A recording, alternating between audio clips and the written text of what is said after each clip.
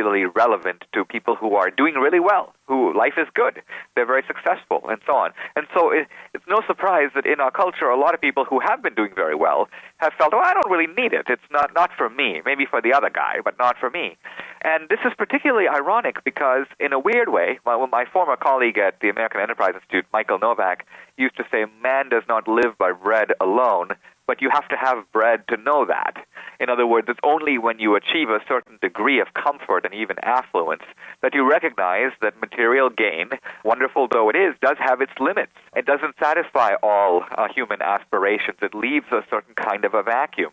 And that's one reason why so many people, even in our culture, go on some kind of spiritual quest or another. I'm thinking of the business guy who drops out to become a poet or tries to climb the Himalayas or goes and attaches himself to a Buddhist guru or begins some form of yoga. In other words, there's a powerful aspiration in our society to return to nature, to find something that goes beyond simply material fulfillment. Well, that's the spiritual quest right there. So I think in some ways there's a need in a culture that has become somewhat secularized to present Christian arguments, but present them in a secular way so that they are understandable to people who don't already share those assumptions. So we need a Christianity, but a Christianity articulated perhaps a little differently for the 21st century. You see that and observe in your book that there is a growth in religion in other parts of the world. While Christianity is growing rapidly, Islam is actually growing, if I've read the statistics accurately, even greater. And what is the potential conflict over the next 5 to 10 years?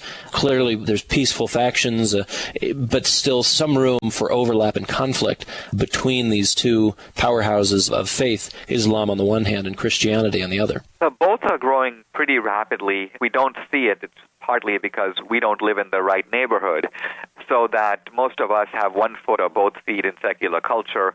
But you only have to go to South America or to Africa, places like Korea. You have churches that number 40 and 50,000 people. So Christianity is growing just as fast, if not faster, than Islam. In fact, Islam is mainly growing by reproduction, Muslims having big families, whereas Christianity is growing not only by reproduction, but also by conversion.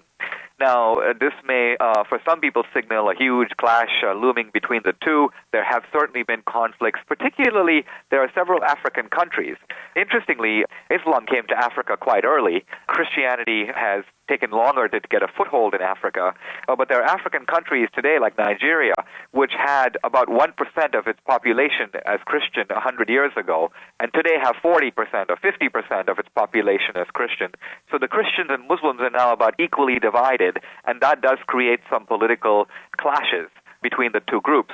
Long term, however, I don't see a resumption of the Crusades or anything like that. Rather, I would like to see a real effort on the part of Christians in the West to make some common ground, not of course with radical Muslims, but with traditional Muslims. Because the radical Muslims are recruiting from the ranks of the traditional Muslims. That's what's fueling the growth of radical Islam. So I don't see how one can win a war on terror without driving a wedge between radical Islam and traditional Islam. So the way to do that is not to just call Islam the enemy or the problem, but rather to find some common ground with moderate and traditional Muslims and build a coalition against the radical Muslims. Well, does that look like some sort of a healthy pluralism, or is that the wrong word choice? Yeah, I wouldn't call it that. In a sense, if you look at the great religions of the world, they disagree about theology, but they have large areas of agreement about morality. And so I think that there is a way to forge these alliances.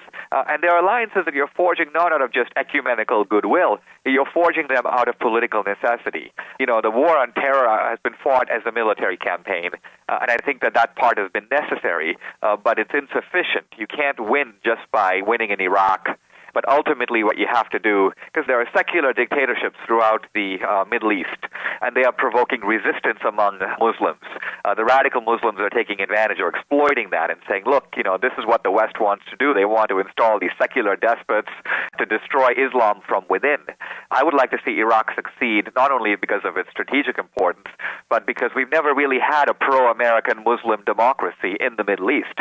That's worth a lot. And so if 2 years from now, Iraq is still standing as a pro-American Muslim democracy, I think that a lot of Bush's efforts, however controversial, will be, in retrospect, vindicated. A quick question, and we'll end with this, Dinesh, and thank you for being with us today. We're in the political season, and shortly we'll have determined who will be serving in the executive branch for the next 4 years.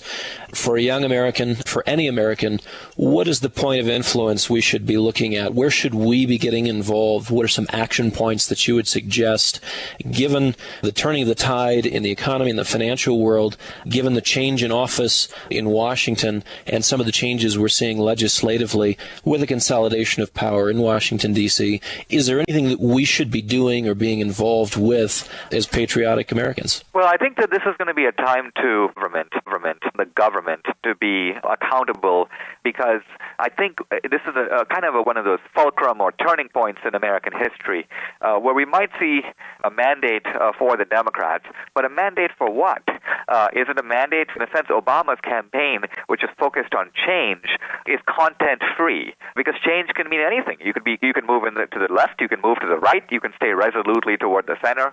I think what Americans are looking for is to preserve, if you will, the centrist and conservative values that most Americans have, but on the other hand, to adapt those values to new circumstances.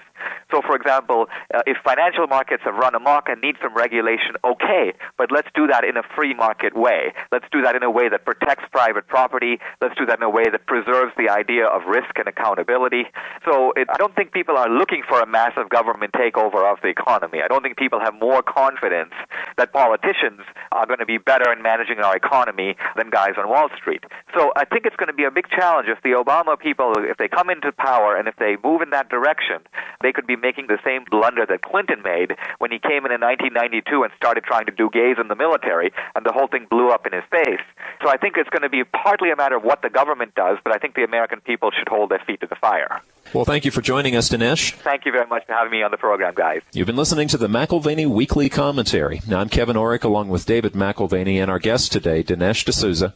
You can find us at McAlvany.com. That's McAlvany.com. Or give us a call at 800-525-9556. This has been the McAlvany Weekly Commentary. The views expressed should not be considered to be a solicitation or a recommendation for your investment portfolio.